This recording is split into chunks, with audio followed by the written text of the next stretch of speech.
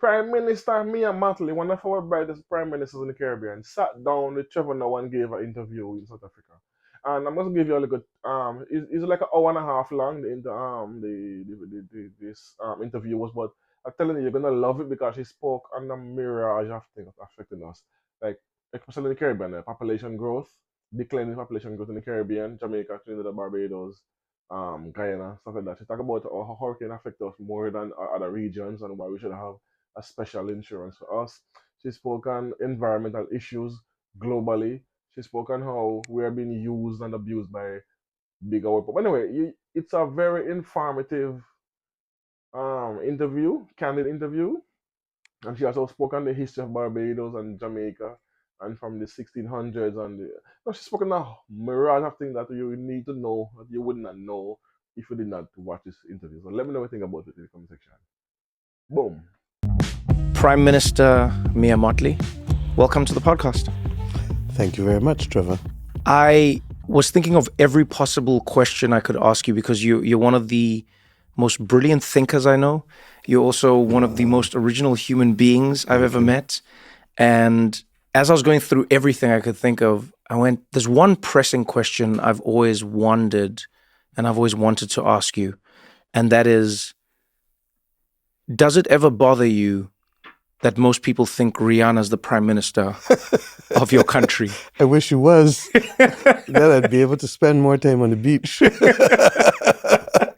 No, Rihanna is phenomenal. I mean, look, Rihanna has made Barbados known in places and with people that would not otherwise have known it. I mean, we like to think that everybody knows about Barbados. That's what happens when you come from a small nation. I know what it's like. But the truth is that she really has extended the boundaries for us, and she has defined excellence. And I want to speak to it because people don't appreciate that I genuinely feel that she is the businesswoman and artist that she is because of how she was raised. Huh. Say Barbados more. What do you is mean a by place. Barbados is a place that social justice matters. If you go to Beijing, the first thing they tell you, man, you can't unfair that body. That ain't fair. Everything is about fairness, justice. And Rihanna, when she decided to go into business, said, look, I'm going to do a makeup company.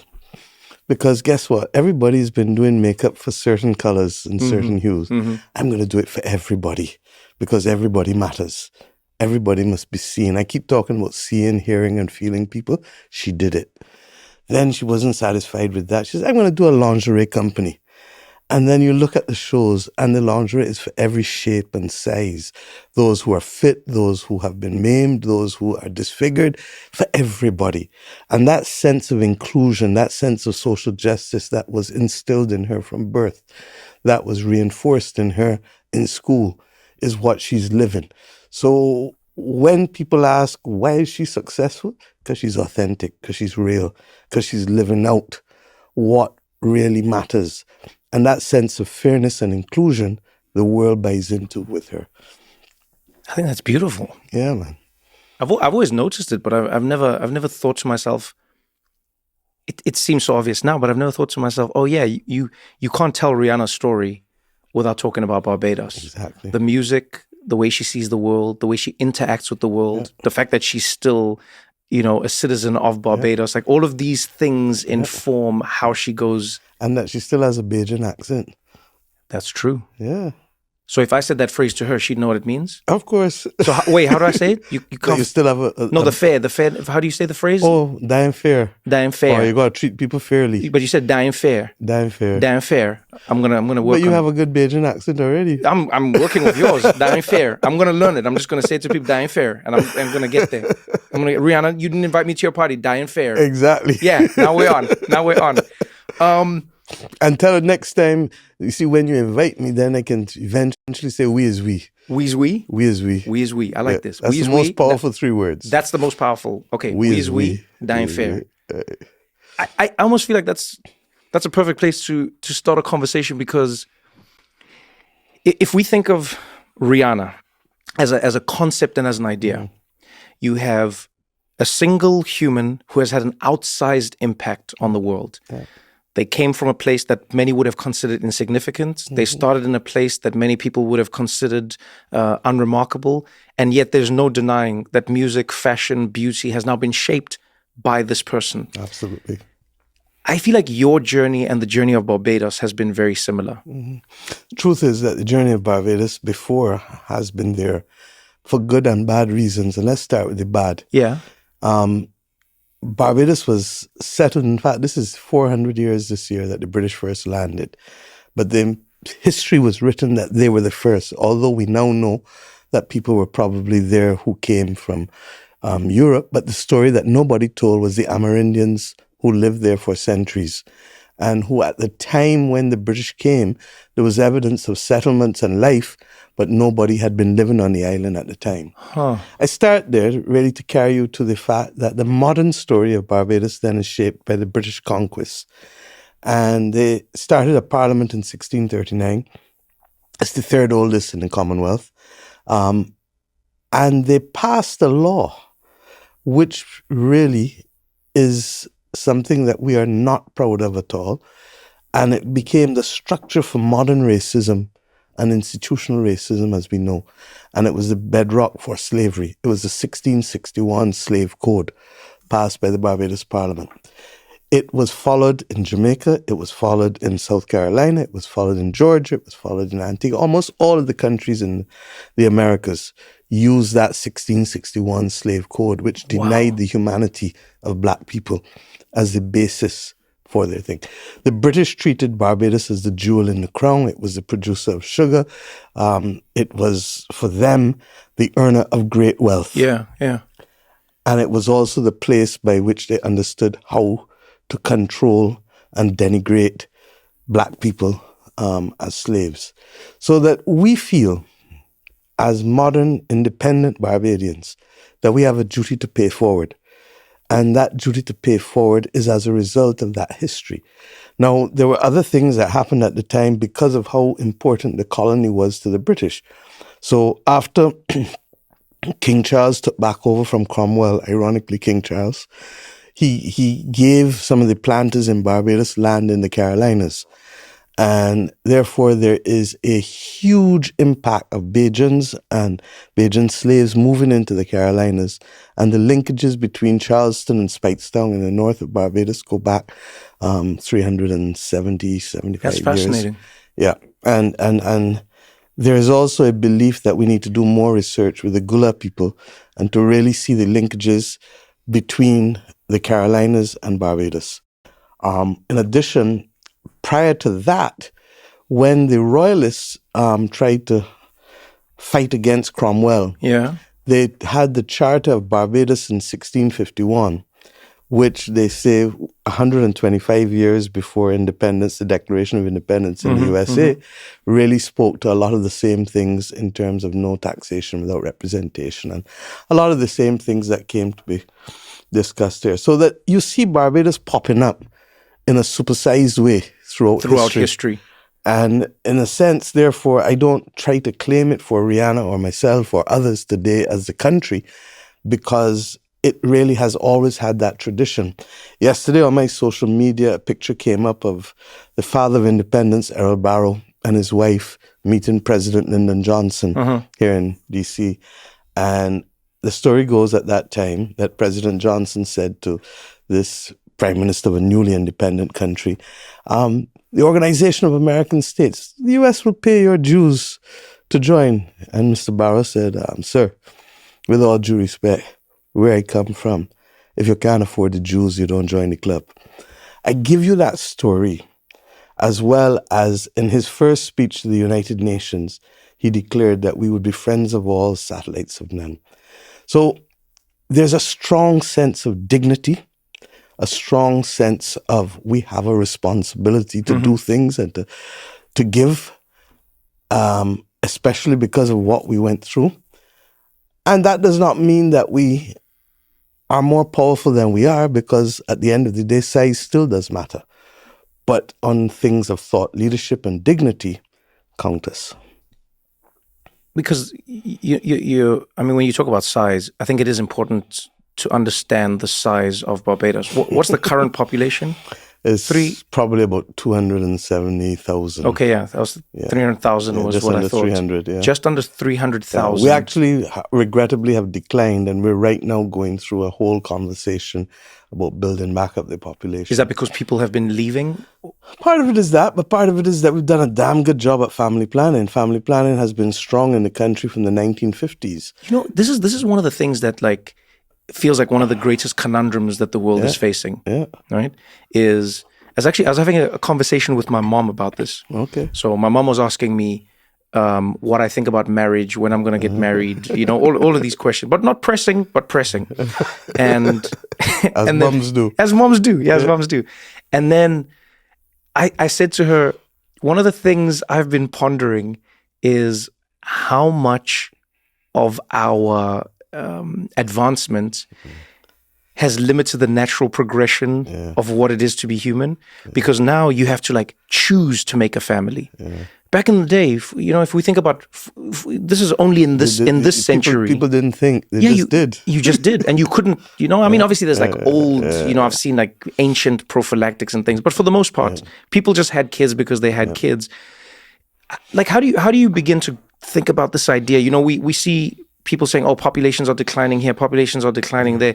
Is it the threat that some people say it is to nations? It is. I mean, look, in the Caribbean, the first thing I did when we won government in 2018 was to create a National Population Commission. Because having served as Minister of Education many years ago, I realized just from the numbers going into schools that we had a problem. In those days, I had about 4,300 kids every year. Yeah. When I came into office in 2018, it was down to about 2,500, 2,600, 2,700, something like that at the beginning. And now the ones going in infants A are like 2,200. So that you can clearly see the sharp decline in 30 years. And if I go to other countries in the region, let me give you context. Guyana, that is the fastest growing country in the world. Guyana is? Yeah, because of the oil. Okay, got it. But Guyana's population, in spite of it being the same size as the United Kingdom is 65 million. Yeah. Guyana is struggling to be 1 million. Let's go to Belize. Belize is the same size as Israel. Israel is 8 million. Belize is 400 and something thousand. Suriname is just larger than the Netherlands. The Netherlands is 17 million. Suriname is 580,000. And if I take Barbados, Singapore grew itself literally by reclamation of land. I think they've gone up by 30 or 40%. Yeah. They're more or less a little bigger than Barbados. They're 5 million. I'm struggling to be at 300,000.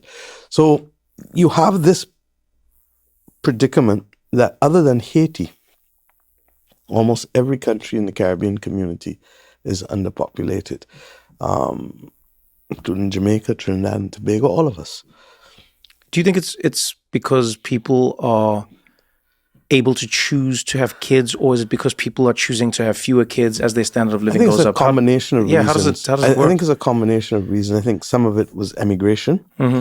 I think some of it is more people choosing not to have children or not having children for whatever reasons. And then what do you say to them if that's the, you know, as a leader, because now you have the predicament and it's a confusing one. You need more people. Do you tell people to have people, or do you? Well, I'd like them to, but the reality is that I still need people before they do it the pleasurable way. So while they have pleasure in doing it, we're going to need that. I still need skills now. And when you start to see the shortage of skills, then you begin to realize this is a real constraint on stability and growth. I would love for you to help us get an insight into thinking about the world like a leader should versus how we think about the world as the passive participants of what's happening. What you just said, we often read about, like everyone reads about it. They go, I was reading that there's not enough workers coming into this country. There's not enough people. You know, Japan is experiencing a decline, Germany, et cetera, et cetera. When you're with world leaders or when you're working on these problems, is there a light that is shining in one direction? Is it immigration? Is it something that we're not thinking about? Like, where are the possible solutions, and how do you think of I it? fear that the conversation about immigration and migration is rooted in racism In what rather way? than rooted in the needs of a country. I think that people are fearful of becoming a minority in their own country, and that's natural. You can't think that. But at the same time, without the influx of people, you're not going to be able to stabilize or get the growth that you need as a country. And one of the problems is that in the world, we have worked out how to move money. Nobody worries about how to move money globally. But as soon as you start talking about moving people, everybody gets nervous. And in December 2018, I think, at the OACP, Organization of African, Caribbean and Pacific States in Nairobi, I made the point, and I continue to make it, that we need a proper deal for migrants. And this notion of people having to drown just because they want a better life when countries elsewhere actually need them and can provide opportunity and dignity to them, something is fundamentally wrong.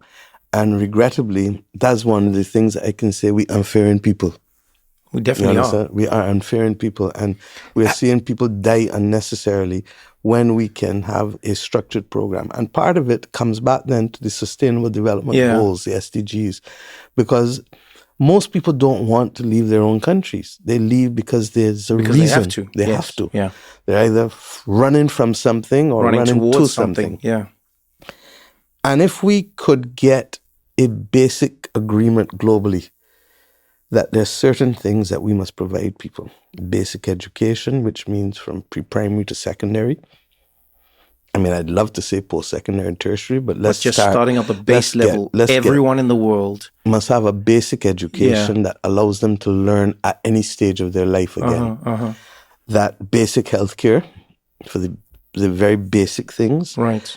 The opportunity to play football or cricket or whatever sport you like, or road tennis, which I hear people talk about pickleball. I want you to come to Barbados and help me promote road tennis. Okay. Because road tennis can play in this room. Wait. What's it called? Road tennis. Road tennis. Yeah. And what is road tennis? So the guys at home made these rackets out of plywood. Okay. The net is effectively about 6-9 inches off the ground. So it's like knee height. So if you're not fit, you can't play it. So even I got a little trouble sometimes. And then a tape ball, and you can play it. It's like the size of a table tennis board, but it's played on the road. On the road, and that's it. So it's the most perfect feels like sport for inner city areas and ghettos. Where there's no cars. Yeah. Well, even when there are cars, no. How are we playing road tennis? So you stop, you pull up the net, the car passes, and you move. I swear to God. When you come to Barbados, you'll see. I'm actually going to come and see. So it's funny. In South Africa, we used to, most places in the world, friends of mine who grew up in like Harlem have the same stories that I have growing up in South Africa in the townships, where you would just close the road, you would play the game, and then when a car needed to come through, it would come through. But I think if I'm pitching this as like an Olympic sport, it's going to be tough to pitch this idea that we're closing main. But okay, we'll get it. I'll come to Barbados and we'll get it. For the Olympics, we leave out the cars. But I think that's what'll make it interesting. If you want to get viewers, you leave the cars. That's a real gold medal. We could do that too. Yeah, if you finish the match, you get a medal. I love that you bring up the idea of thinking of new ways to think, because that's probably what inspires me most about you. Is whenever I see you speak, and whenever I've been lucky enough to have like 2 conversations, I think, with you. Every time I've left our conversation thinking, oh wow. Nothing is fixed. There's new ideas in and around everything. Like immigration. Yeah. We all think of immigration as this fixed idea. It was people going somewhere, and then that was it. Do you think there's ever a world where, like you say, with money, do you think there's ever a world where we find a way for people to go work and then go back to their countries? We need to. Look, people used to do that in a more structured way. But because the world governments haven't created the opportunities. Look, we create movement, we create treaties that allow for movement of money. We create opportunities for people to invest. But we just don't see people and feel as important enough for us to create a virtual community where you need these skills. I mean, look, in a very small way, you've had the farm labor program out of Canada, the Caribbean people have gone to for years. They go, they work, they come back. It's a structured thing. The money is sent back. And that, do you see that And benefits that both works well. sides? Yeah, Okay. it works well because it helps the farmers in Canada, Yeah. and it helps the persons at home who don't have work at the time, Right. who have an opportunity. So get the labor where the labor's needed, and then get the money where the money's needed, and so you're just bridging the gap, basically. And technology actually allows us to do it in a very seamless way now. So that, to my mind, if we just rolled up our sleeves a little bit and gave it a little effort, we could do a lot more. Let's take Africa. Every time I go to Africa, the amount of young men you see on the roads, just waiting for work, working for opportunities. And I'm saying, but there are other parts of the world that are in serious need of people. And I'm not talking basic menial labor. I'm talking skills at all levels. Yeah. And I genuinely feel that if we can create the right framework for the movement of skills and labor, that the world would be a far better place than it is today. Share these ideas with other world leaders. Do they see the possibility, or like I've always wondered, when you're having these conversations internally, are world leaders being pushed by the people, or are they the ones pushing the people? Which way does it really go? You have the ability to push them, and I don't mean that facetiously. World leaders are politicians. Most of them who operate in democracies rely on people's votes. And the people have the ability to shape the work of their leaders, as well as leaders have the ability to nudge the population. I genuinely feel that there are things that we are going to have to do at a popular level globally in order to be able to see the status quo of power move. In what way? Why would they change what they're doing if it's working for them? Okay, yeah. You understand? And what we're asking, in fact, is a change in the power relationships and the status quo of how people are treated when they move beyond borders. And that is going to require a little more effort. Look at the conversations that are happening across North America, across Europe. Look at them. And regrettably, in some other countries, it's becoming par for the course. But could the USA be the USA if it was not for migrants?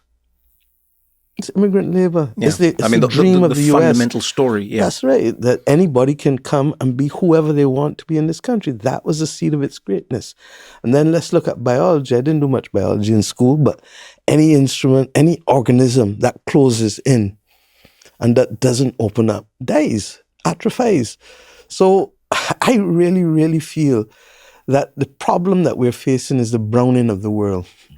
The browning of the world. Ralph Gonsalves, who's Prime Minister of St. Vincent and the Grenadines, says it all the time, and he's absolutely correct. It's the browning of the world. So that, you see, when you let too many people come in and people start to mix, in a sense, everybody's beginning to get the same color and the same type of thing, and that frightens people. Because love knows no boundaries, does it? That's true. That's true. I'm sitting here. Yeah. So, but I you know what I sometimes think it is? I think us seeing the browning of the world as one of the factors is completely correct. But I often wonder if this is not a natural byproduct of people experiencing a standard of living that declines over time, and then they start to point somewhere. Yeah. Do you know? Because like, if you look at Europe itself, some of the biggest wars that have ever been fought only involved white people. Mm-hmm. You know, they were just fighting with themselves about themselves. And so whenever I read these stories throughout history, I go, oh, wow, it doesn't matter. Brown is almost the easy thing for somebody to pick on now. But when you get rid of that, someone will find something else and somebody will find something else. And so I almost wonder. I think it's a combination. Yeah. I think that there is a definite contribution with respect to inequity. Yeah. And the fact that people who could have believed that this was the type of life that they could aspire to now realize that that is now beyond them. I mean, in this country, you have it with the industrialization that left. And therefore, strong, credible, dignified jobs were all of a sudden taken from people. And those jobs sustained families. But let us not forget as well that there is still, regrettably, an eye for differences in the world. Oh, definitely, yeah. And I think the combination of all of those things has helped to create that sense of almost despair. And the despair has led then to anger, and the anger has led to shutting out people and focusing in. But tell me when in history any civilization has conquered or survived by shutting in. And any living organism survives by shutting in. It doesn't work. And regrettably, we have to get worse before we get better, before we realize that it is a crisis and that the survival of all depends on the well-being and welfare of all, as happened in COVID. Yeah, those are the only times when people start to think differently about the world that they're in. Yep. Let's look at Barbados in isolation, because I think it's the same problem that many countries are going to face. Thinking about their populations, how they replenish them, how they keep skills, how they keep growing sustainably. Have you seen any countries that have gotten it right? And have you seen, an example where you go, that is the way that I would hope we can bring people in, we can sustainably grow it? Canada has probably done a better job than most of the And what did they countries. do? I think that they found a way of recognizing that they need to bring in people, but at the same time, they treat them as Canadians. The US had it right before too. I mean, for whatever reason, the US is in a schism as it relates to migration. And I'm not passing judgment on them. I'm just noticing that, you do grow and you do succeed if you create those opportunities. Yeah. I think you were absolutely correct in also making the point that in those parts of the country where people were denied or didn't have the ability to move at the same level and to increase their quality of life at the same level, they then assume that it's because of a foreigner, it's because of an outsider. You're seeing it in France, you're seeing it in other places. But remember when Angela Merkel brought in 1 million people? Right. From Syria, when it was Syria. And it was like a shot of adrenaline because she understood that Germany was facing the worst possible future, a declining and aging population. The irony is that's what we're facing in most Caribbean countries. The ECLAC agency predicts that in Barbados, that 1 in every 2 people could be over the age of 65 by the year 2050. 1 in every 2? That's crazy. Oh, that's not a great ratio. Exactly. And in the case of Jamaica and Trinidad, 39-40%, somewhere around there. So this is a real issue that we have to solve now, because we're 25 years away from that point in time. At the same time, the Caribbean is a microcosm of almost most of the larger civilizations of the world. It really is. Not all, but most of them.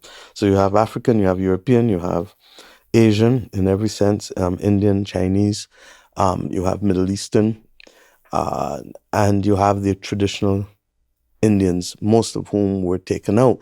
But in St. Vincent and in Belize, you still have the Garifuna. In Dominica, you have the Caribs. So you still have a few remaining. And I like to believe that the Caribbean, because of our history, has a story to tell to the rest of the world and an example to share with the rest of the world. We've not been perfect by any stretch of the imagination, but for the most part, we have been able to bring about development to our people in the post-colonial environment that sees people, that feels people, that hears people, that recognizes that, look, okay, we need to provide education, shelter, housing, etc. Yeah. We haven't done it for all yet, but we're on that pathway. Not everybody's gotten on the train yet, but a lot have. And when you start to compare it to other countries and other regions in the world, you begin to see that. The difficulty has come in that in many instances, small states have had rules imposed on them that don't make any sense. I mean, for years, for the last 30 years, we've been arguing to the WTO that we need special and differential treatment as small states, and that my percentage share of global trade in goods is 0.000%. And my percentage share of global trade in services is 0.001%. So we have no capacity to distort global trade. But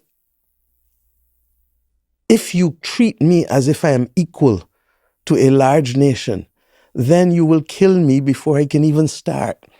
You destroy anything that I can do to keep my population alive in terms of manufacturing or in terms of whatever. Yeah.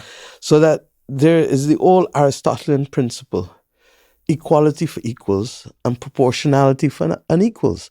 And if we were simply to use that and to recognize that you can't have the same one-size-fits-all prescription, you can't do it in a family, far less a country, far less a global community.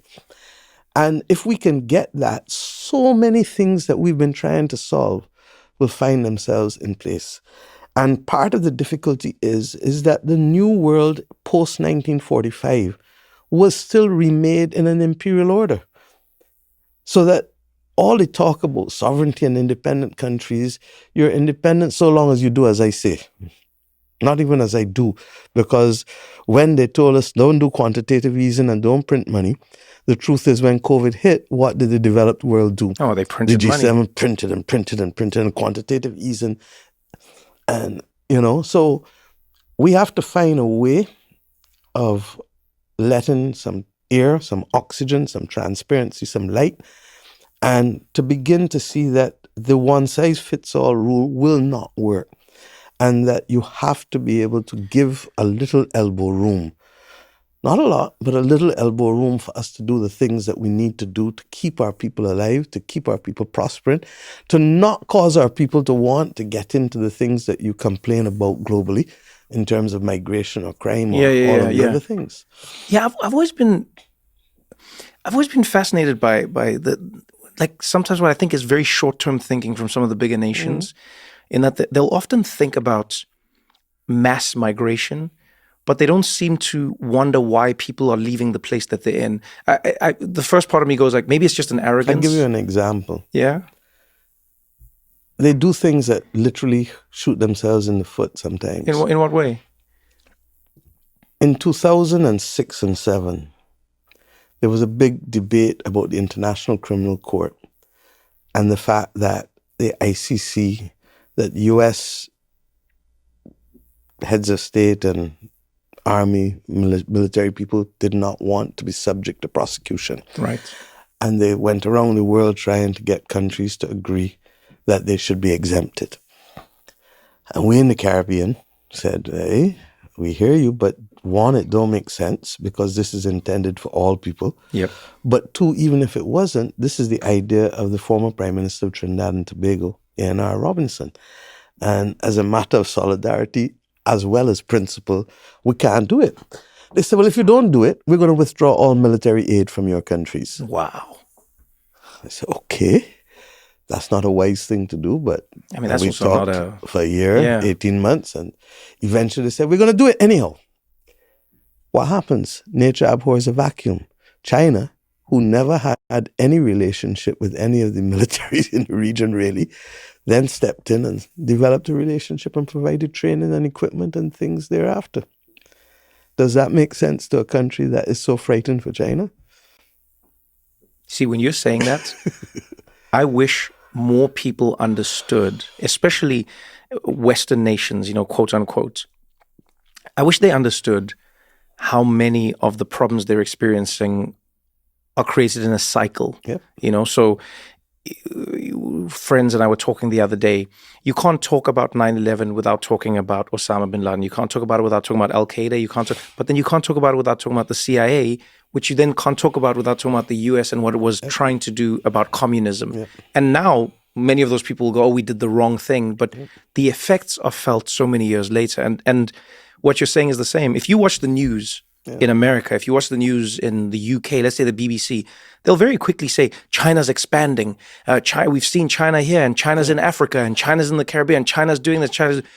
But I don't think I've seen any news reports that say, well, the US opened the door for China and the US reneged. The North Atlantic countries have not necessarily treated to the issue of development in the post-colonial era as well as they could have. We talk about official development assistance being 0.7% of GDP. Most countries don't even observe that. But for countries... As in that's a portion that they're supposed to contribute exactly to developing nations. Okay. Exactly. Yeah. But countries like my own have been said, oh, you're middle income, you don't need money from us. So we effectively don't get any aid from the USA or from Britain or whatever, other than a part of a regional study or a regional thing that is done. And that's one of the things that we've been arguing, and I'll come to that in a bit, because that's at the core of a lot of the development issues, that we are asked to be able to access capital from the official financial institutions, international financial institutions, on the basis of historic GDP per capita, which really doesn't, I tell people that is like taking my blood pressure 2 years ago to determine if I'm going to have a stroke today. It's completely irrelevant. You understand? That's a great analogy. So that what matters, because in 72 hours, a hurricane can hit me. Yeah. And I can have wipeout risk. Now, a hurricane can hit in Florida. You don't have wipeout risk. A hurricane hits in the Bahamas or Dominica, it's gone. Yeah. And instead of dealing with qualitative issues in education, you're now dealing with basic access to schools again.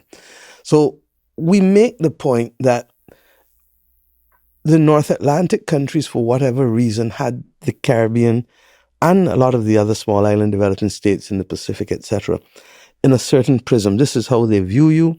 This is how they're going to relate to you. And China and India and others come along and say, oh, these are some of your real development needs.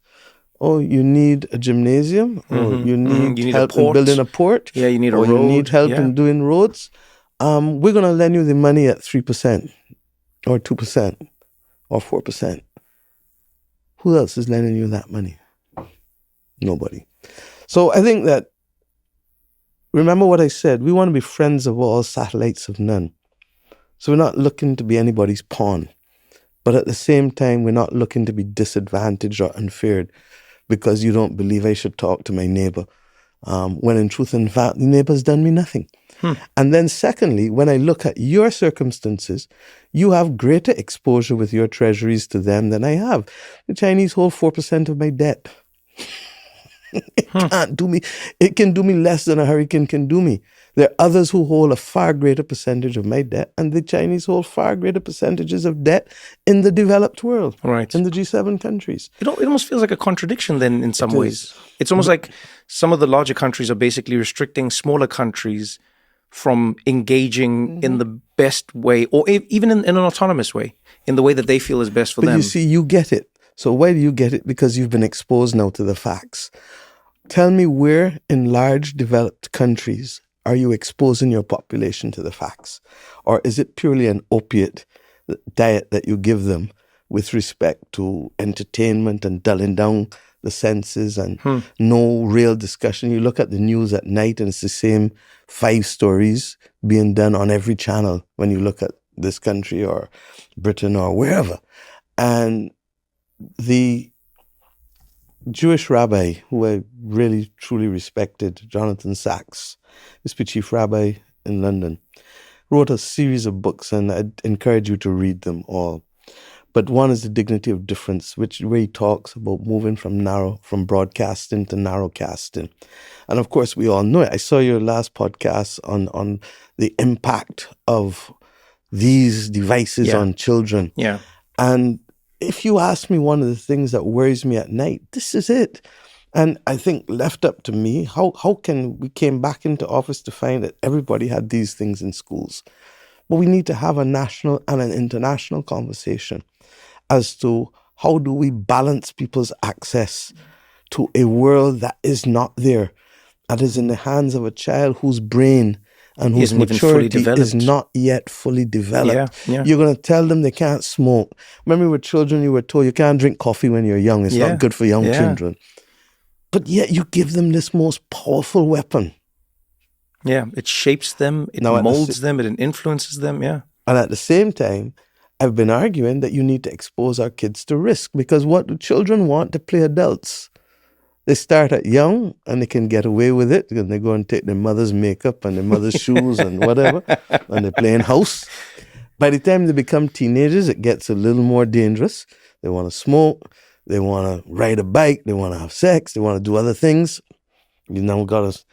And I'm saying to them, we teach children how to cross the road as little kids. safely? How do we prepare them to manage other risks as they get older?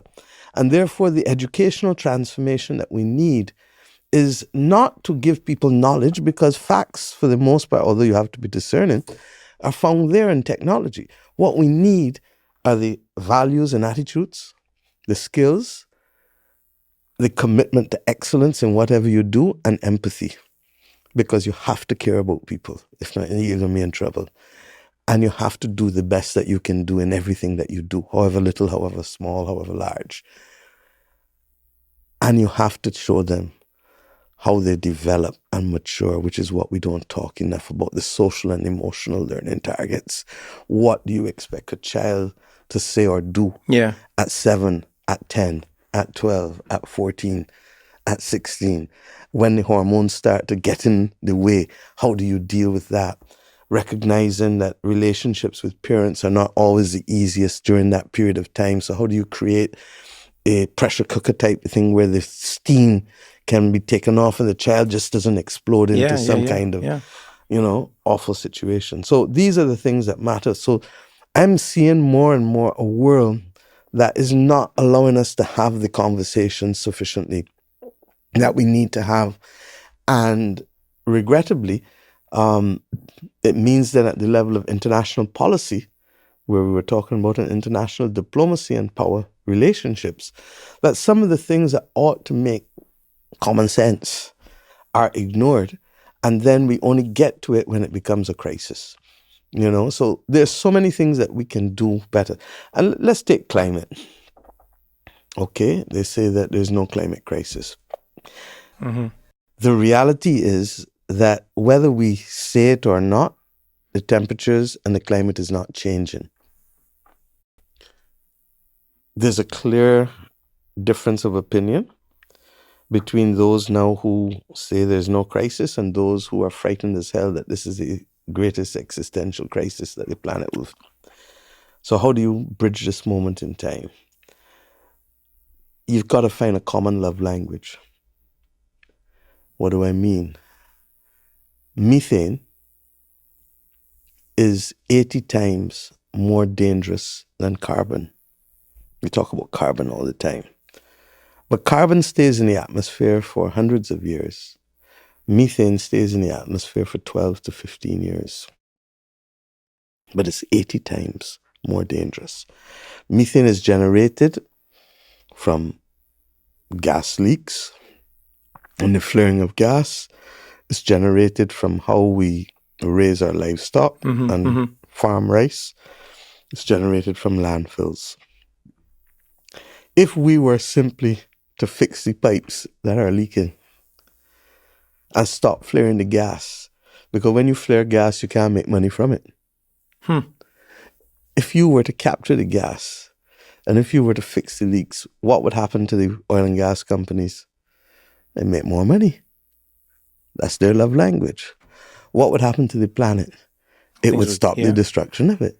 That's our love language.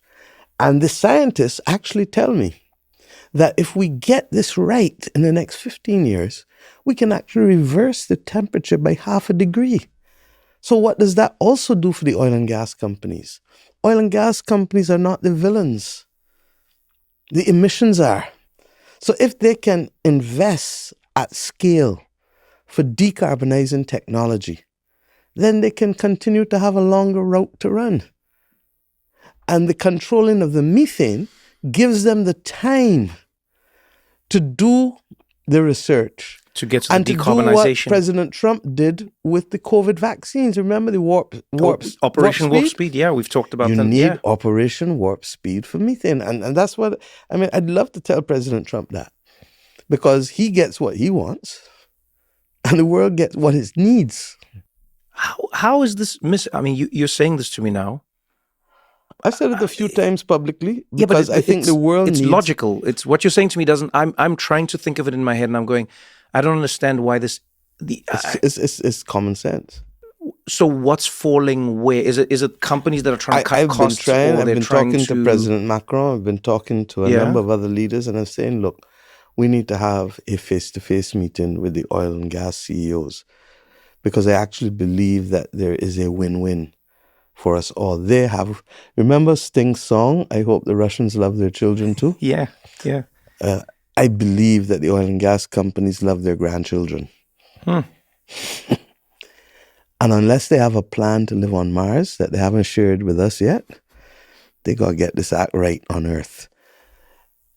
I feel that if we can reach a legal agreement, just as we did with the Montreal protocols to cover I think it's called HFCs, I keep fixing it up in my head, but the air conditioners and everything. Oh, yeah. With The the ozone. HVACs, yes, yeah. Right.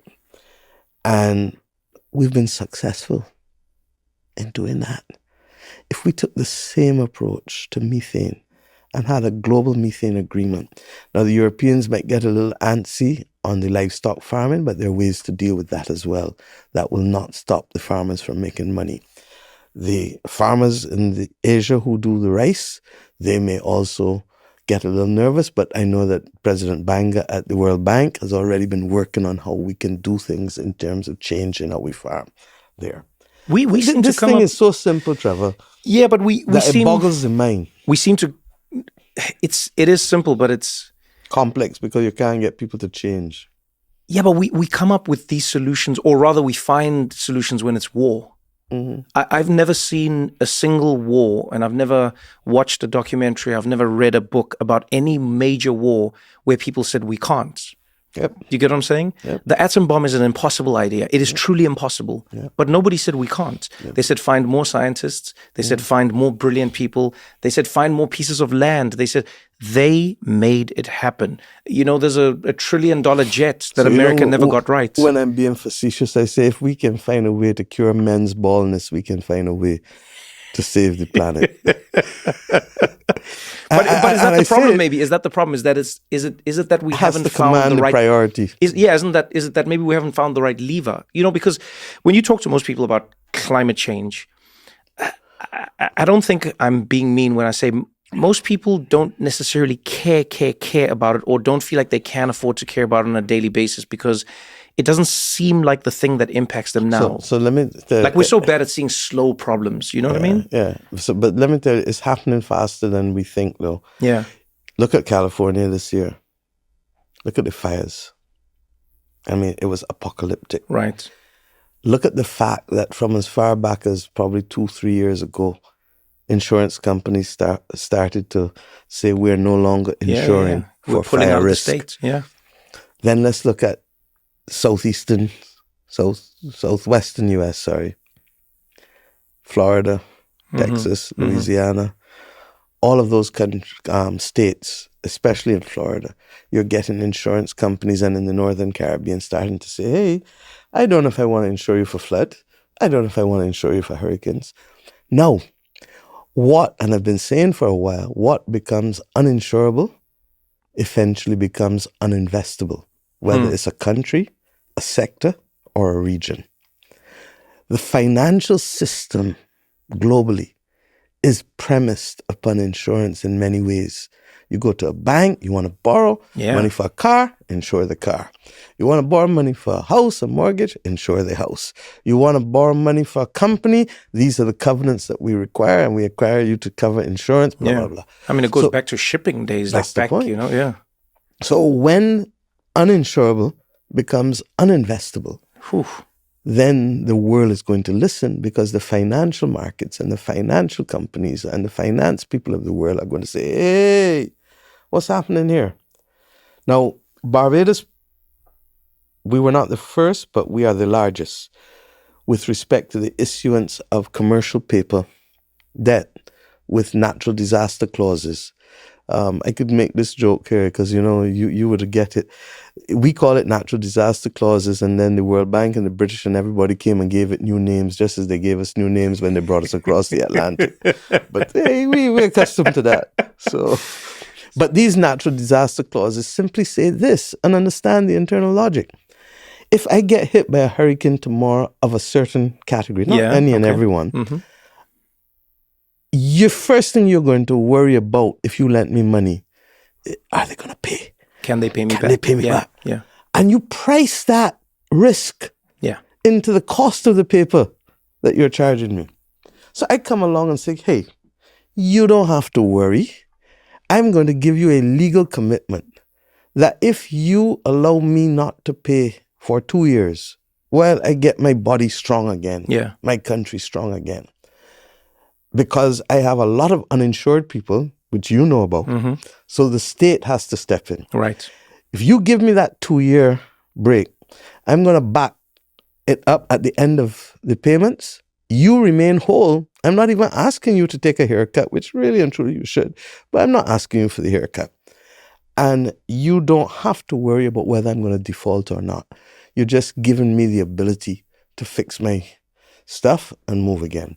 So let me knock some wood hard, because if we get hit, these clauses now allow me to get just under 20% of GDP released over a 2-year period for me to fix up the for you to get back to the place where you can to pay help people back. Exactly. Yeah, it becomes a more sustainable model, essentially. Exactly. Like I'm listening to you saying this, and I'm going, I can't help but draw parallels between what's broken in many societies.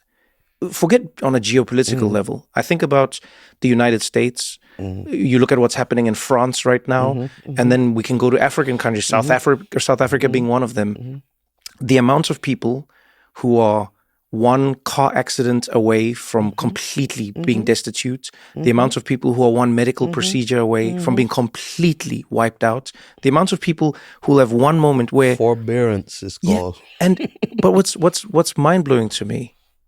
What's mind blowing is I always wonder, why can't these companies who are in charge of this, why can't these companies see that the person being given an opportunity to get back to whole becomes better for them long term than by squeezing them when they have the very little that's left? I gave a speech in Algeria last week, Friday, where I quoted Derek Walcott, who is Nobel laureate for literature from St. Lucia. And there's a poem that he has that talks about the reassembling of the broken vase, and that the love that it takes to reassemble makes it stronger. Oh yeah, it's similar to the Japanese technique. I'll send you the quotation when we finish here. And that's exactly the point that you're making. And that the country becomes stronger, the individual becomes stronger. Yeah. And what does it really require? An understanding of the circumstances, or maybe the practice of the golden rule: do unto others as you would have them do unto you. But do you think that's become broken because corporations have an outsized power in all of these conversations? Like if you're a CEO and you're only working towards that quarterly report, you don't see or hear anything else. Yeah, and all they're thinking about is, I need to make sure that this number in the next 3 months is bigger than the next number, is bigger than the next number, is bigger than the... And so what that then means is, you can't think long term. You can't think in a beautiful soft curve. You can't think in a way that's sustainable, I feel. Which brings us back to the conversation about narrowcasting and echo chambers. It brings us back to, there's some kids in the region that I met recently, and their parents said, I make my child watch something that is an hour long every day, because they are so consumed with 1 minute and 2 minute that their capacity to sustain attention and to think and to reason is compromised. Yeah. I think it's more than that as well. I always find myself bristling when people say, no one has an attention span. And I go, that's not true. I really don't believe it. And the reason I don't believe it is because somebody can stay on TikTok for 4 hours. Yeah. So they do have an attention span. But they rotate it. Yeah, I think what they've done is we've created a system, we've monetized a world where keeping you addicted to the drip means that you don't realize the long-term reward of exploring, understanding, misunderstanding, rereading, digging deeper, and then getting to the end of something where you go, oh, wow, there's a moment where I knew nothing about this. There's another moment where I thought, then I lost, and at the end of it, what a beautiful expanse of information I now have. Yeah, and it's a discipline that people had before, but I think that we need to get people to understand that you need to be able to discern and to explain and to understand. You don't have to agree with everything you read, but you need to understand what it is you're doing and why you disagree. You talk a lot about global debt. Mm-hmm. And I think you've had one of the most outsized influences in helping people understand why so many countries in the world are stuck in the positions that they're stuck in. Mm-hmm. You know, I grew up in a country where people, until this day, will say, oh, well, I mean, look at South Africa. They haven't, and look at, and then I've seen them say that about African countries. Well, Africa, they haven't done well for themselves. I mean, you can blame the European, but Africa hasn't done well for itself. And you talk about this Hypocrisy. global hypocrisy and inequity in a way that I think most people have never heard. And it made me wonder, like, what do you think, what is one practice that you think is the most globally, indefensible way in how larger companies or countries are treating smaller countries? You were right in saying larger companies too, because I think it's a form of bullying and a failure to put yourself in the position of the others and to craft rules that work for you but not for everybody. So let's look at, everybody knows the story of Greece with their economy. Greece and Ghana, and I'm not talking about Ghana in the last post-COVID years, but just before COVID, Greece and Ghana had basically the same credit rating. But Greece was accessing money in the international capital markets at a fraction of what Ghana would access it. Part of it has to do with the safe assets, and part of it has to do with a lot of underlying assumptions that were made as you created these institutions. And if I want to get it as basic as I can, why should Europe determine who's the head of the IMF, and why should the USA determine who's the head of the World Bank? Doesn't South Africa have somebody who can head the World Bank? Doesn't India have somebody who can head the IMF? So a lot of these assumptions were made and the rules were crafted in the image of a few, not of the many. And as a result, we've been paying the price of those rules that have not been touched, have not been deconstructed and reconstructed. And we have been paying the price as well that just doesn't matter enough.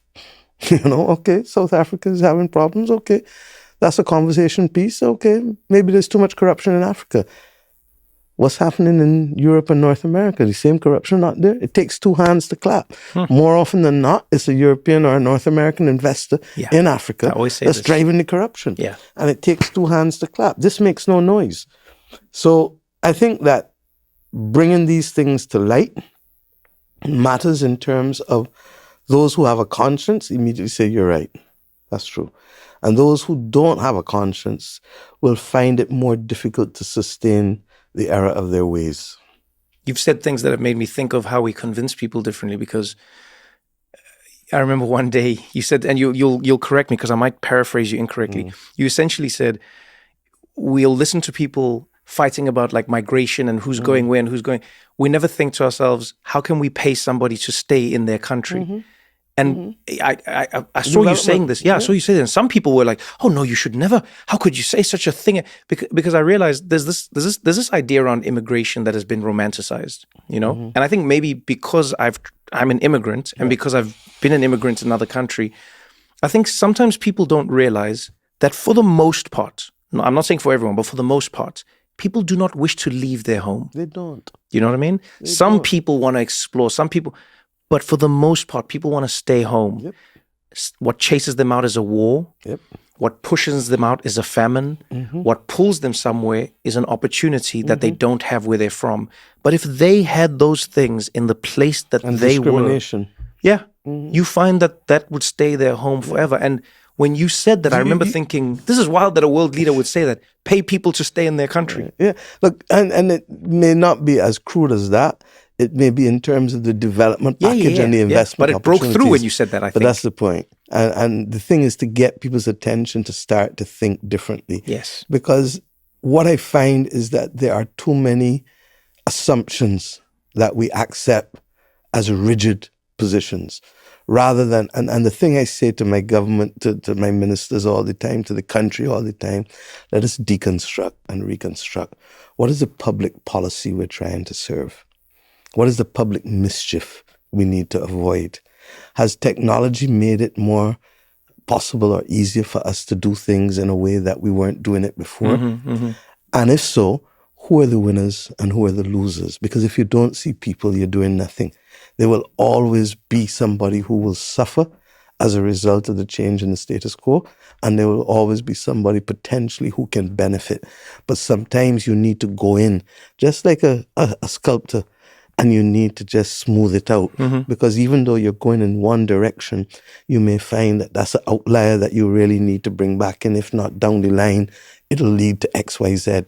How do you maintain your hope being such a small nation? Because I always think to myself, Barbados to me is the perfect analogy for what many humans feel in life.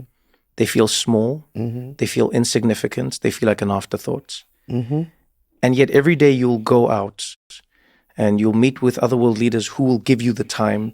You will speak at the United Nations, knowing full well that many of the nations that you're speaking to see you as an insignificant part of the conversations that they're having. So I guess it's two questions really. One is, where did that hope come from and what keeps it going? And the second part of it is, how have you found, or what have you found enables you to make an outsized impact relative to where you're coming from? Let me say that hope is human. Without hope, you lose your humanity ultimately. I feel so strongly. You have to believe that the next minute, the next moment, the next month, the next year can in fact be better, even if you're going through the hardest of times. At the same time, I've always relied on the fact that God and time and circumstances can be allies. God for faith, time, because we have a saying in Barbados, "Why ain't catch you, ain't pass you." Why ain't catch you, ain't pass you? Yeah, why ain't catch you, ain't pass you. So I like that. just because it hasn't caught you yet, it hasn't passed you either. Oh, I like that. And in terms of circumstances, things happen. And it may be part of the divine if you're a person of faith, or things just happen if you don't have that. And why is my voice on climate resonating more today? Because of the floods in Pakistan, because of countries in Africa that are going through famine and locusts, because of wildfires in Greece and California. Those are the circumstances. Time, because 20, 30 years ago when Al Gore was telling us about an inconvenient truth, nobody wanted to listen. So circumstances and time and faith have a way of conspiring to create that opportunity, even regardless of how small you are. And as you learn in the stories with David and Goliath, regardless of how large you are. Do you think the world... And the fact that, let me give you a small example, because South Africa plays cricket.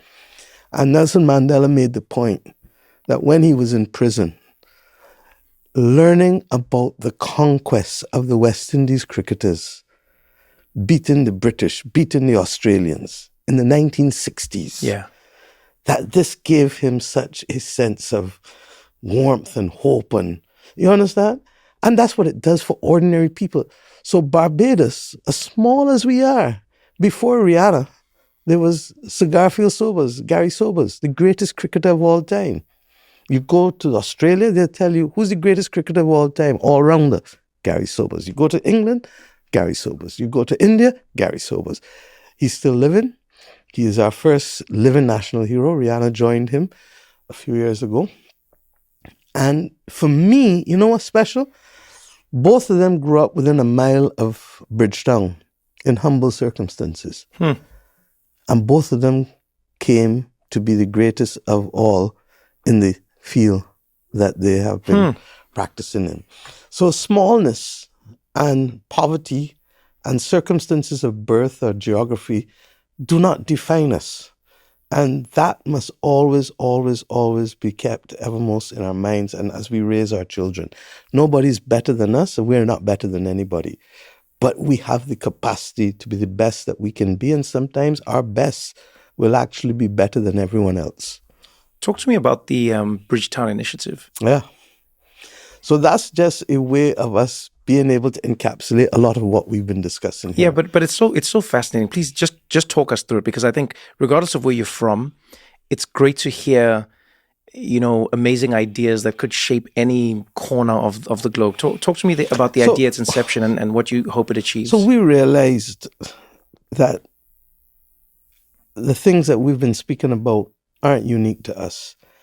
And a few years ago, I said, look, let me bring together a number of the people globally that I've been meeting, that have been agreeing with us, that fundamentally believe that things must change. And some of them came from mainstream, within the financial institutions and the UN, some of them from outside, some of them from NGOs.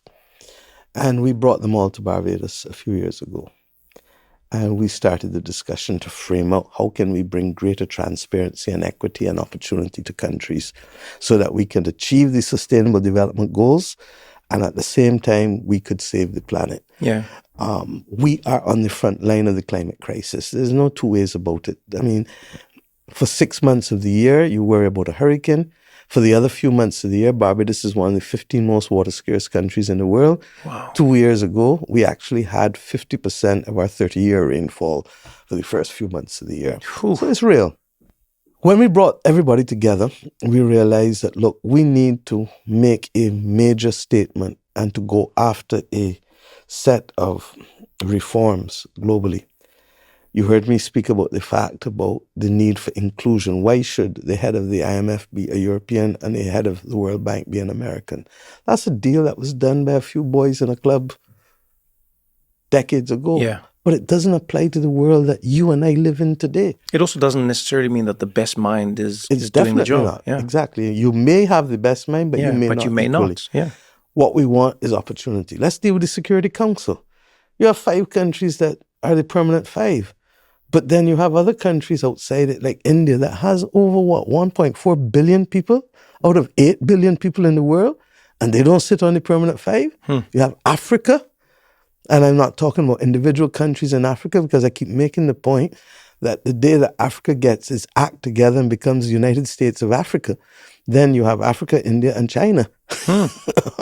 And don't tell me about ethnicities or boundaries drawn, because India has as many ethnicities, or Africa has more than India, but India has hundreds of ethnicities and languages, same in China. Yeah.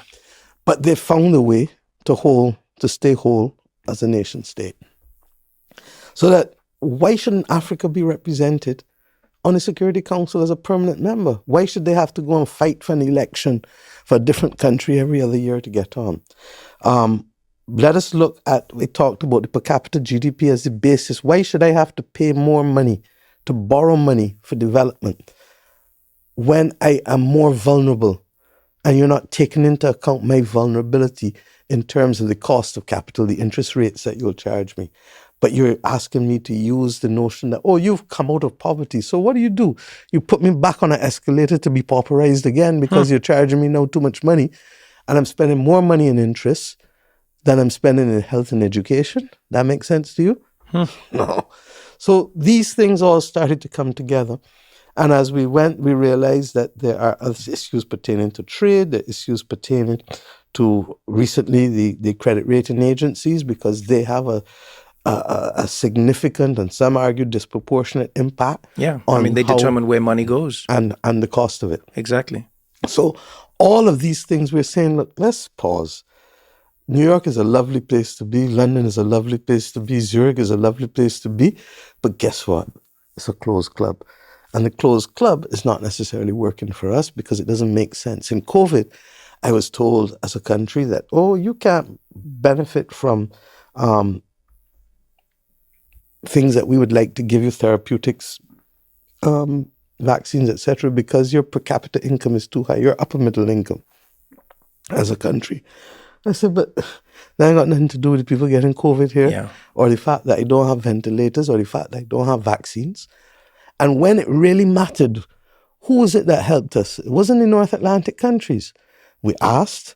We had export restrictions put on us for equipment coming out of the US.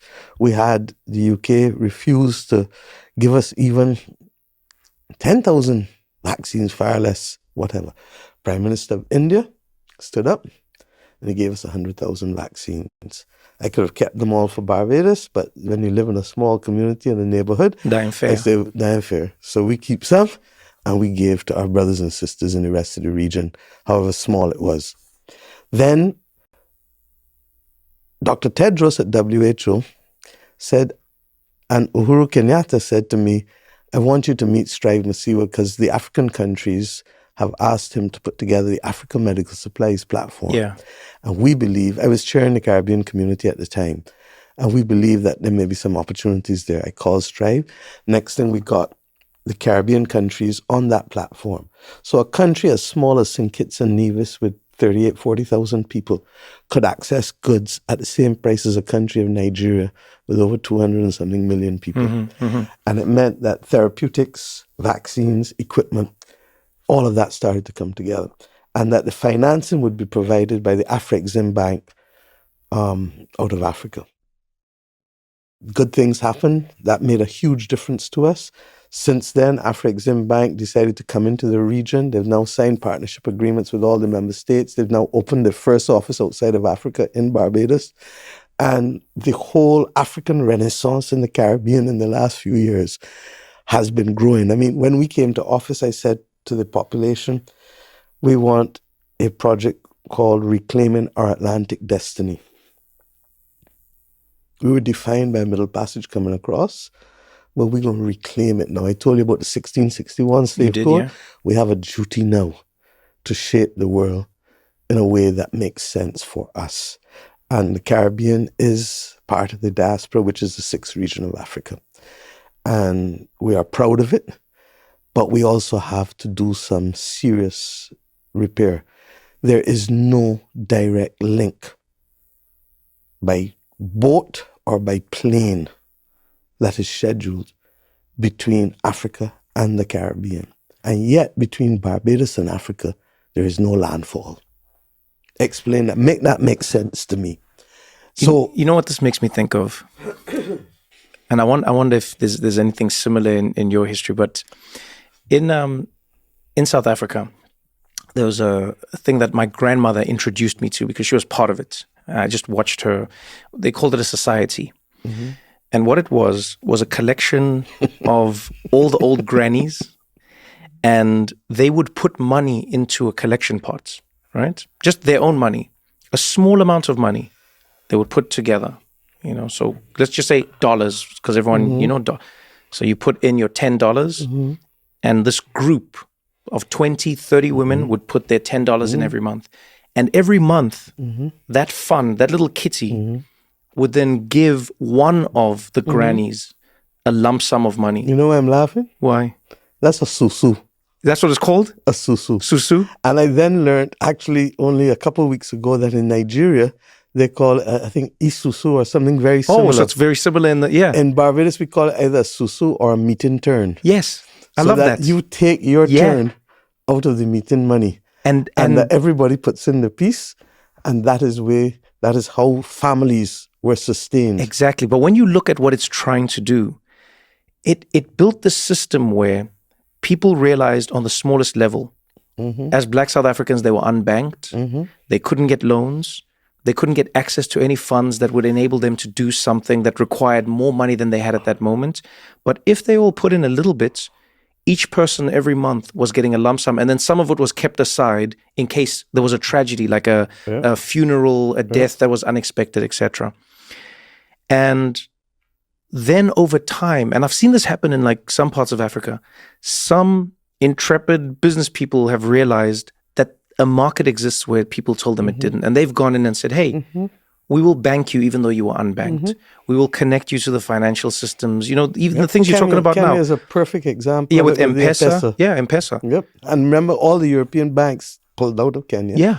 And risk that the European banks would never have taken. But what is it? But the Kenyan banks took. Yeah, but this is the thing I find fascinating. Poor people pay back. But this is what I find fascinating. There's they say risk, right? But Mark Zuckerberg will wake up tomorrow and tell us he's lost $100 billion on a virtual reality world that never happened. Yep. Straight-faced. He'll go, it's gone. Yep. We'll talk about risk.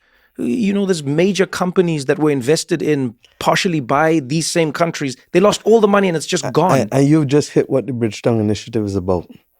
It's about fairness. We started the conversation with Rihanna about that. It's about fairness. That's why Bridgetown's name is put to it. It's about decolonization. It's about creating opportunities and bringing light in. And we're not asking for any special favor.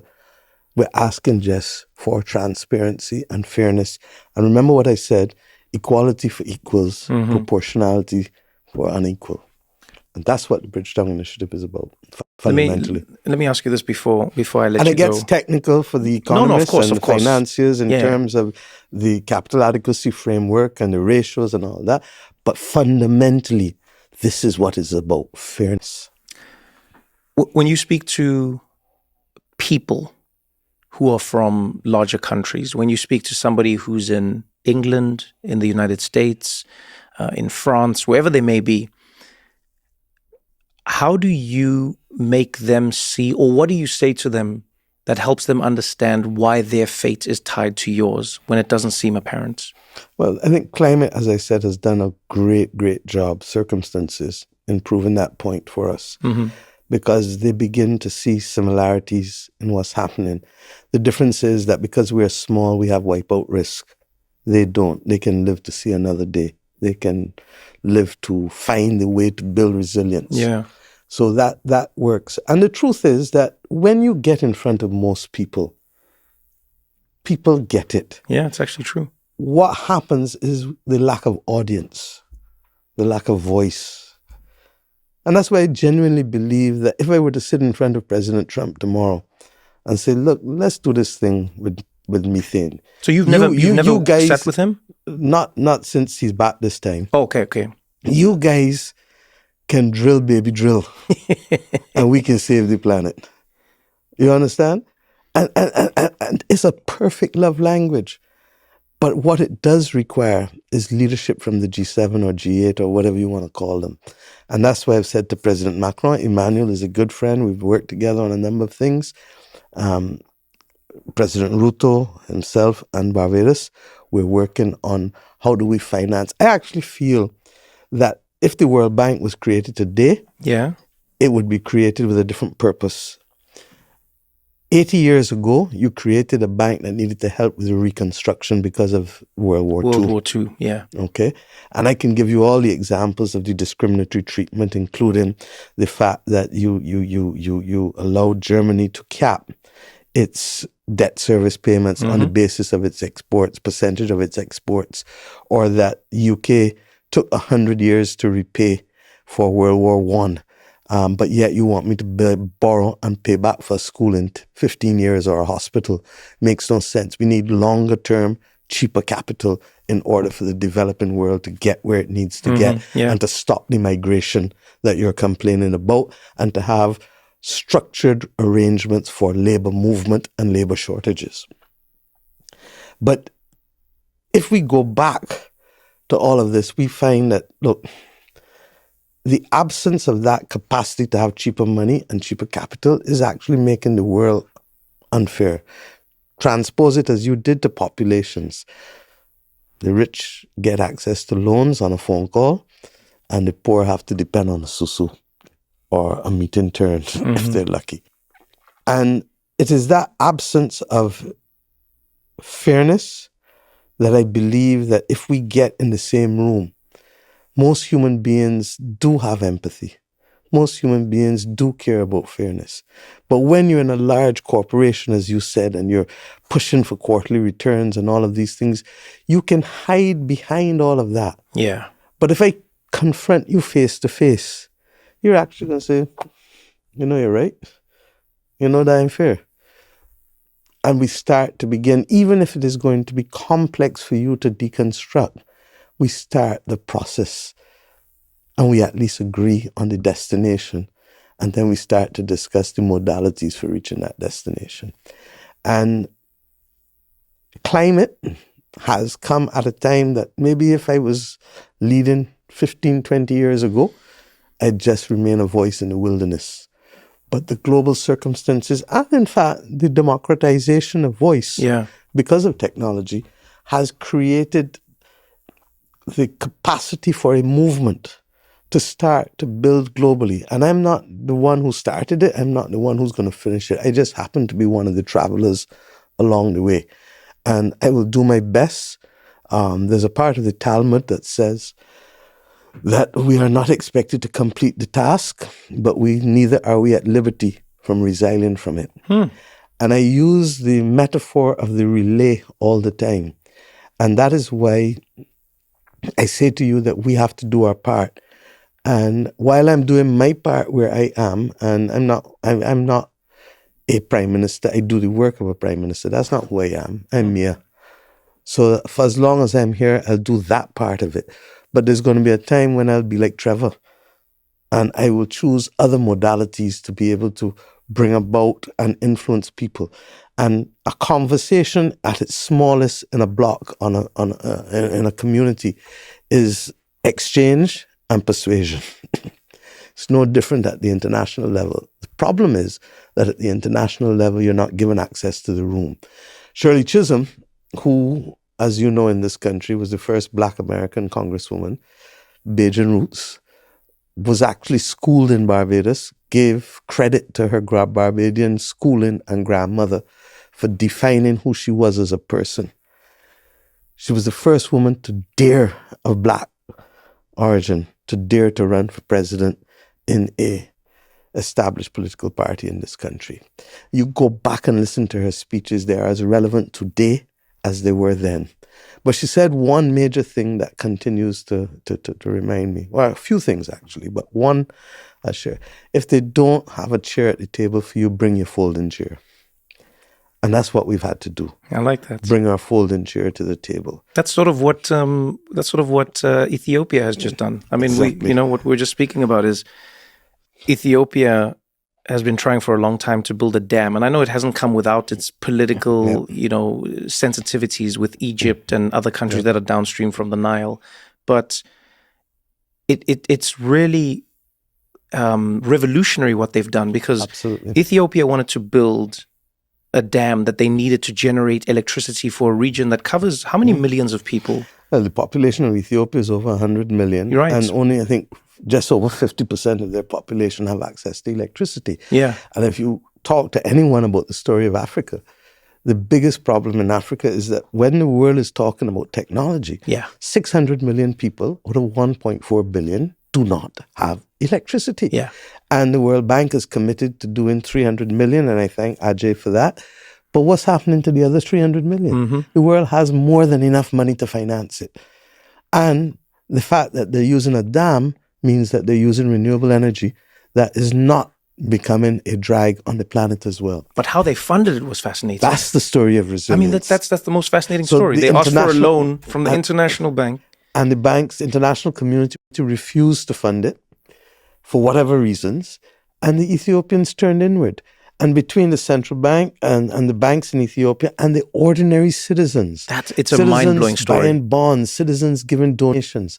And I said to the Prime Minister 2 days ago when we opened it to Abiy, I said, look, you know that this is the 21st century Adwa. And for those who don't know about Adwa is the battle where Ethiopia beat Italy in 1896. Nobody believed it would have happened. And Ethiopia came together, and it took them, I think, almost 2 years in the long trek, and they rose majestically. Adwa is what led to the beginning of the Pan-African movement. The New York Times, when you go to the museum in Addis Ababa that commemorates Adwa, you see the New York Times articles showing that this little African country, that's their mind, oh mind, is much bigger than Italy, beat the great Italians.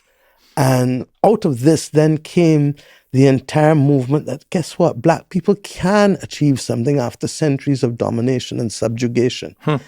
And out of that came the glory of the Pan-African movement, the conferences, ultimately the 1945 Manchester Conference, which really was the last major one before the independence movement, and Nkrumah and all of the others coming out.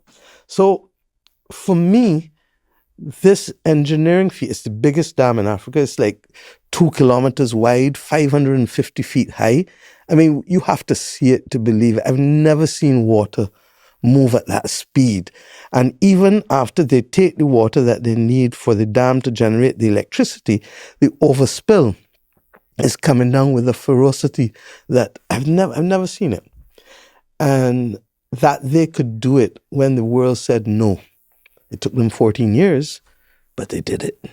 So do you think there's a future where smaller countries and countries that have been cast aside start to think like this? But do you think there's a possibility that the larger countries who are being pushed by corporations will put their thumb on the scale to block that from happening? Because if Barbados, South Africa, random countries come together and say, you know what, let's do our own little projects. Let's get our susus going. Let's get our societies together. Maybe I'm a little paranoid. I feel like there are companies and countries who have been benefiting this for a long time who would go, no, we don't want you to do that, even though we're not going to help you do it for yourself. Because the status quo changes. And most people don't want, those who are in control of the levers of power don't want the status quo to change. By the same token, I've also been around long enough to know, and I think you've seen it in South Africa, that some of the very same people who were opponents eventually become converts. Yeah, that's true. And I think that is why I believe first always in dialogue. And that's why even what happened with Charlie Kirk, I think is regrettable and horrific, because violence is never the answer. Violence is the mechanism by which a few retain instant gratification or instant power, but it doesn't sustain you in the long run. And I think that the ability to have conversation must always, always be our first option.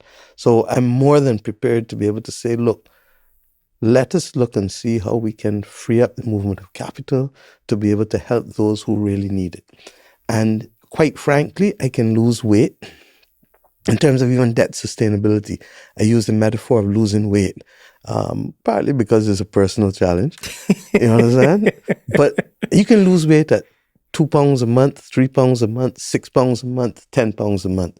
There comes a point at which the rate at which you lose it is unsustainable. Yeah, it's unsustainable now. And we've said simply to the international community in the Bridgetown Initiative that the rate at which you want us to achieve debt sustainability as developing countries in the world is too stark a rate, too rapid.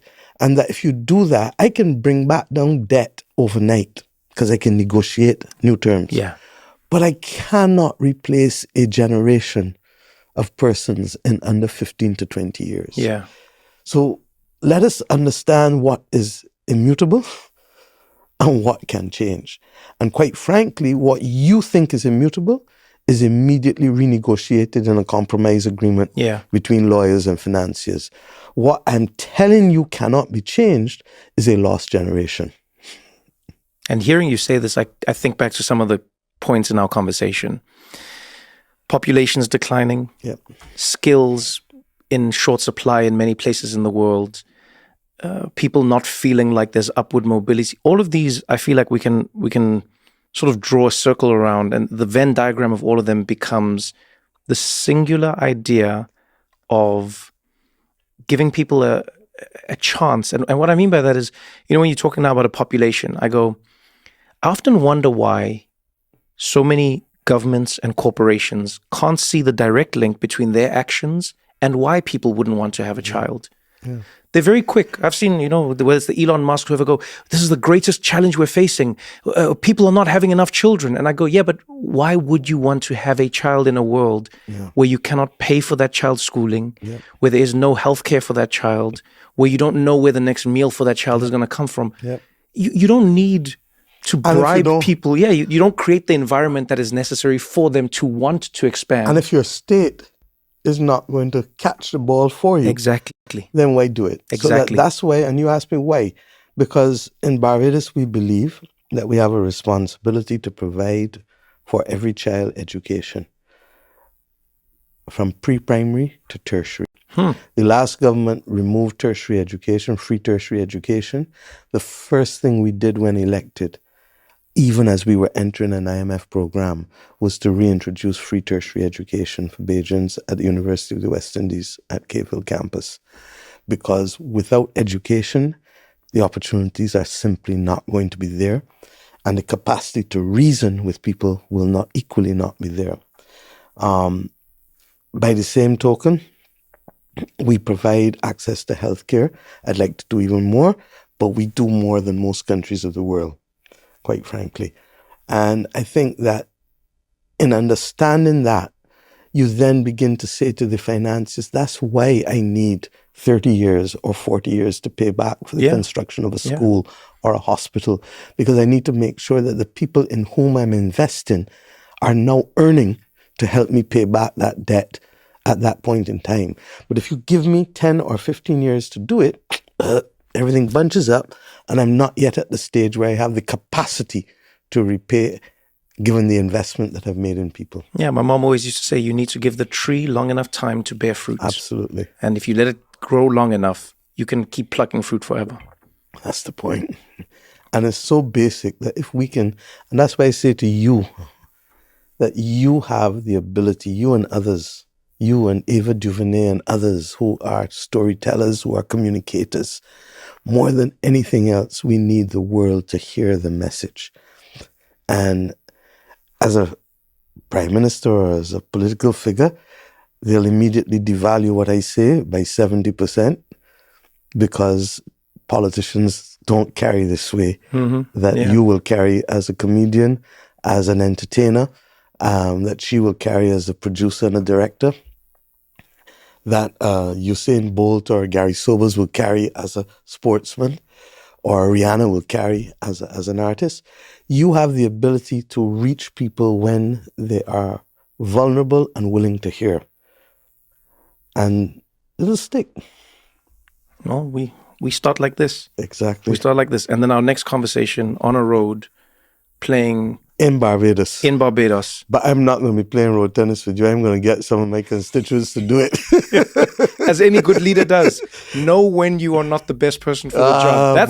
That's the mark of a good leader. I will arrange it. I'll manage it. I'll even commentate for you.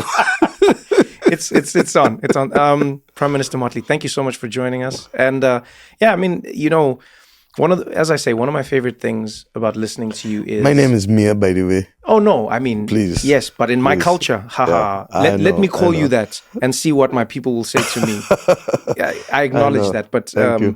no, I think... I hope you don't take for granted. We live in a world where so many world leaders either can't or don't feel the need to break down some of the most complicated issues that people are experiencing in the world. And then they turn around and are shocked by people protesting in the streets, burning things down, or even just losing complete faith in the system that exists. Yeah. They go, why won't people vote? And you go, yes, but why won't you listen to them when the voting isn't what's the most important thing at that time? And I think what I've always appreciated about you is you take the time to break down the concept.